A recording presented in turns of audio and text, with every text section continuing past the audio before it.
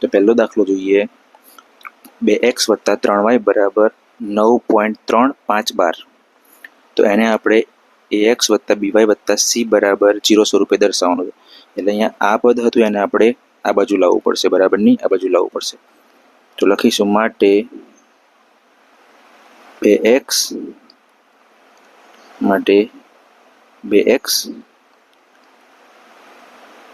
વત્તા 3y, અહીંયા 9.352 એ બરાબરની આ બાજુ આવશે તો શું થશે? માઇનસ થશે. એટલે માઇનસ 9.352. ઓકે, અને આ બાજુ કશું ન રહ્યું એટલે 0. તો એની કિંમત કેટલી મળી આપણને? 2. એની કિંમત એટલે કે એક્સનો સહગુણક એ થશે, વાયનો સહગુણક બી, અને જે અચળ પદ હોય એ સી થશે. તો એક્સનો સહગુણક કેટલો હતો? 2. એટલે એ બરાબર થશે 2. વાયનો સહગુણક શું હતો? 3. તો બી બરાબર થશે 3.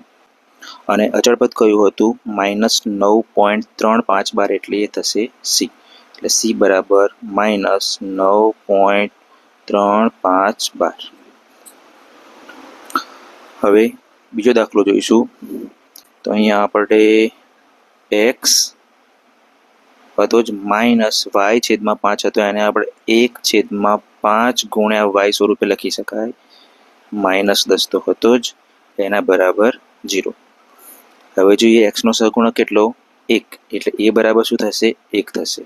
વાયનો સહગુણક કેટલો? -1/5. એટલે બી બરાબર થશે -1/5. અને સી બરાબર થશે -10.